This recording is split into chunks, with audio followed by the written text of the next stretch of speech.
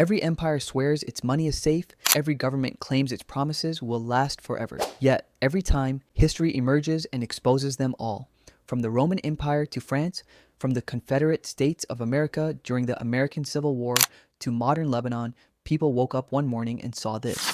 Their savings were trash, their salaries meaningless, and their futures taken from them by the very systems they trusted. Collapse is not rare, collapse is the rule, and the real question is not whether systems will collapse, but how you will protect yourself when they do. Because the most dangerous financial mistake is the illusion of permanence. We look at our bank accounts.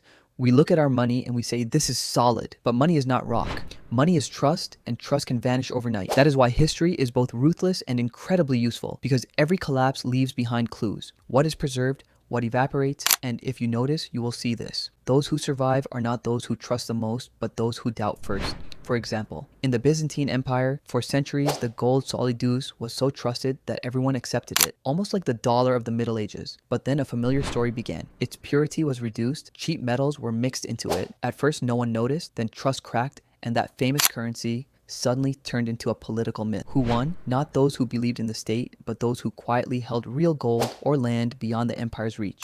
The first lesson is this. States cannot resist the temptation to debase money, and when they do, real value looks for a place to escape. Sometimes, collapse is not the fault of leaders, it is a shock. When the Black Death struck Europe, half the population died, but something interesting happened. As people decreased, the value of labor increased, survivors demanded higher wages, land was abundant, buyers were few, and those with cash seized the opportunity of a lifetime. Sound familiar? We saw the same during the COVID-19 pandemic. Those who had money multiplied their assets. Those who did not were left behind. Crises always reward those with reserves. Let us look at Florence. It was Europe's financial center. There were huge banks. No one thought they could fail. Then Edward III refused to repay his debt and the banks collapsed like dominoes. People learned this. There is no such thing as too big to fail. The same lesson was repeated centuries later with Lehman Brothers. During the American Civil War, both the North and the South printed money, but the South's currency eventually died completely. People carried sacks of money and could not buy bread. What was valuable was not paper, but land, food, and gold. During the French Revolution, France printed money again, debased it again, and the result was the same. The paper was patriotic but worthless. In 1997, a crisis that began in Thailand spread across Asia. Those who borrowed in someone else's currency drowned, because in a storm it is not the lender who sinks, but the borrower. And modern times. In Lebanon, banks locked their doors. People could not access their own money. Savings disappeared overnight. The truth is this. The money in the bank is not a treasure that belongs to you, but a loan you give to someone who may not return it in hard times. So what is the way to protect yourself? History does not give a single answer, but it says this. Not blind trust, but real value. Gold, land, production, skill, because money often loses its meaning, but people continue to eat, repair, and trade. A person who can produce does not remain poor for long. Every crisis is a transfer from those who trust to those who prepare. The question is this.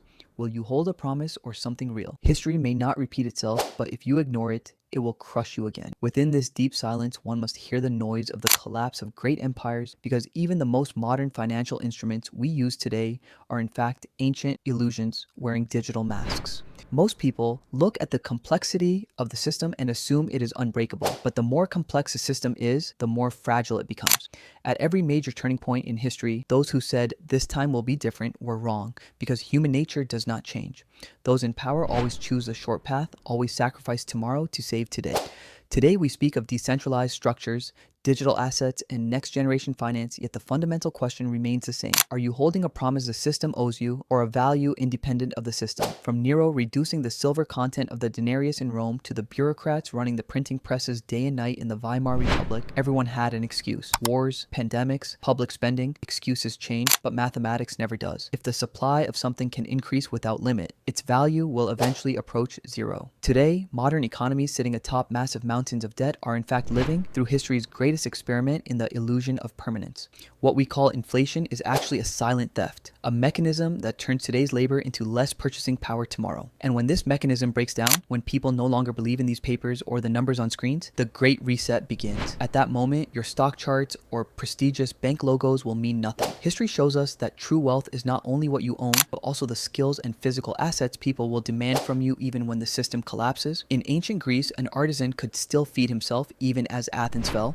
because his skill was a hard asset, a solid asset. Today, a person who knows software, who can produce, cultivate land, or think strategically is in fact a kind of gold.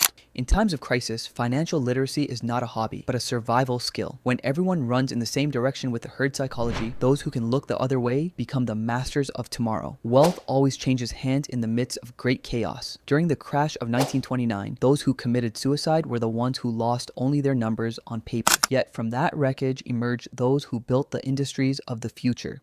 Those who embraced not the philosophy that cash is king, but that reserves are king. Remember, money is energy, and energy never disappears.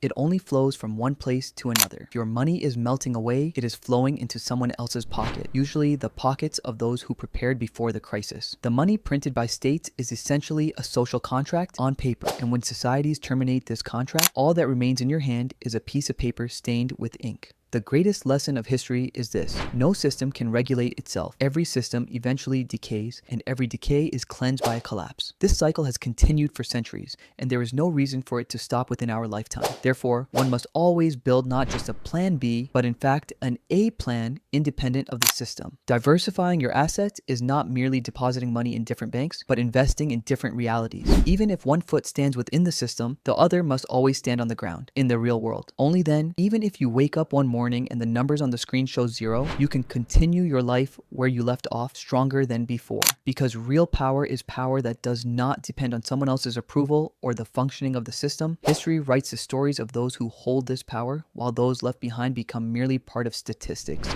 In this long journey, what determines where one stands is not intelligence, but discipline and doubt. The moments when everything seems to be going well, when money is abundant and risks are forgotten, are in fact the quietest moments before the great storm. If you hear a hum within this silence, it is the footsteps of history, and those footsteps whisper to you this: nothing is as permanent as it seems. So ask yourself, when everything changes one morning, will what remains in your hands be enough to keep you alive, or will you be left in the ruins of empty hope? The answer to these questions lies in the decisions you make today, because financial freedom is not merely having a lot of money, but building a structure in which the need for money cannot enslave you. We are not only witnesses of history, but also students who take its ruthless exams. The only way to pass this exam is not to sacrifice the mistakes of the past to the comfort of today. Every saving is labor, and protecting your labor is protecting your honor. Systems collapse, governments change, currencies become worthless, but knowledge and the right strategy always prevail. Within the great cycle of history, position yourself not as a victim, but as a strategist. Because the rules of this great game are harsh, but they can be learned. Always being one step ahead is not merely seeing the future, but knowing that the past will repeat itself. If this perspective has opened a new window for you, subscribe. History does not hide the answers. I will show you where they are.